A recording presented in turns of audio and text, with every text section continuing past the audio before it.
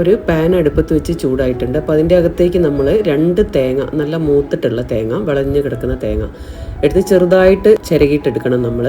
അപ്പോൾ അത് നന്നായിട്ട് ഓയിലൊന്നും ഇല്ലാതെയാണ് നമ്മൾ ലോ ഫ്ലെയിമിലിട്ടിട്ട് പതുക്കെ ക്ഷമയോടെ ചെയ്യേണ്ട ഒരു കാര്യമാണ്. ലോ ഫ്ലെയിമിലിട്ടിട്ട് നമ്മൾ ചെറുങ്ങനെ വറുത്ത് എടുക്കണം.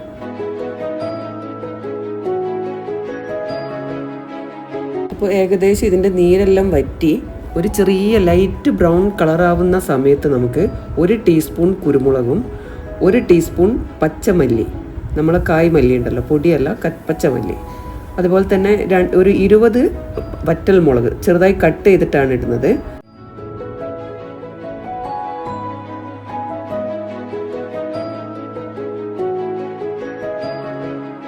അതുപോലെ ഒരു ചെറിയൊരു കഷ്ണം ഇഞ്ചി, അതും ചെറുതായിട്ട്. എന്താ വെച്ചാൽ നമ്മൾ ഇതിൻ്റെ അകത്ത് ഇത് നന്നായിട്ട് ഡ്രൈ ആയിട്ട് വരണം, നന്നായിട്ട് ഉണങ്ങിയിട്ട് വരണം, അതുകൊണ്ടാണ് നമ്മൾ ചെറുതായിട്ട് ഇടുന്നത്. പിന്നെ പുളി, ഒരു നെല്ലിക്ക വലുപ്പത്തിലുള്ള പുളി, അതും ഒന്ന് നമുക്ക് പിച്ചിയിട്ടിടാം.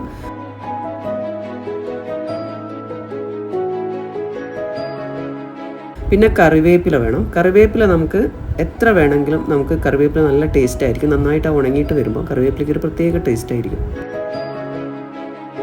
അപ്പോൾ നമ്മളിത് ലോ ഫ്ലെയിമിലിട്ട് തന്നെ വേണം കേട്ടോ. നമ്മളിപ്പോൾ വീഡിയോ കാണുമ്പോൾ നിങ്ങളിത് പെട്ടെന്ന് കളർ മാറുന്നതൊക്കെ കാണും. അത് നമ്മളിങ്ങനെ സ്കിപ്പ് ചെയ്തിട്ട് ചെയ്യുന്നതാണ്. അപ്പോൾ നന്നായിട്ട് ഡ്രൈ ആയി ഈ ഒരു കളറിലേക്ക് വന്നിട്ടുണ്ട്. ഈ സമയത്ത് നമുക്ക് സ്റ്റൗ ഓഫ് ചെയ്യാം. ഓഫ് ചെയ്തിട്ട് നമുക്കിതൊന്ന് തണിയാൻ വേണ്ടി വെക്കാം. ഈ തണിയുന്ന സമയത്ത് നമുക്കിതിനകത്ത് കുറച്ച് ഉപ്പും കൂടി, നമുക്ക് ആവശ്യത്തിനുള്ള ഉപ്പും കൂടി ഇതിൻ്റെ അകത്ത് സ്പ്രെഡ് ചെയ്ത് കൊടുക്കാം. എന്നിട്ട് നന്നായിട്ട് തണിഞ്ഞതിന് ശേഷം വേണം നമ്മൾ ഒരു മിക്സി ജാറിലിട്ടിട്ട് ഇത് പൊടിച്ചെടുക്കാൻ വേണ്ടിയിട്ട്.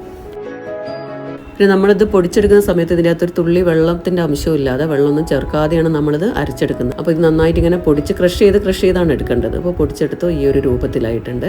ഇനി നമുക്കൊരു ടൈറ്റ് ആയിട്ടുള്ള എയർ കണ്ടെയ്നറിൽ സൂക്ഷിച്ചിട്ട് നമുക്ക് ഫ്രിഡ്ജിൻ്റെ അകത്ത് വേണമെങ്കിൽ ഫ്രിഡ്ജിൻ്റെ അകത്തും വെക്കാം. പുറത്ത് വെച്ചാലും നമ്മൾ ഇതിനകത്ത് വെള്ളമൊന്നും ചേർക്കാത്തതുകൊണ്ട് ഒന്നും കേടാവാതിരിക്കും.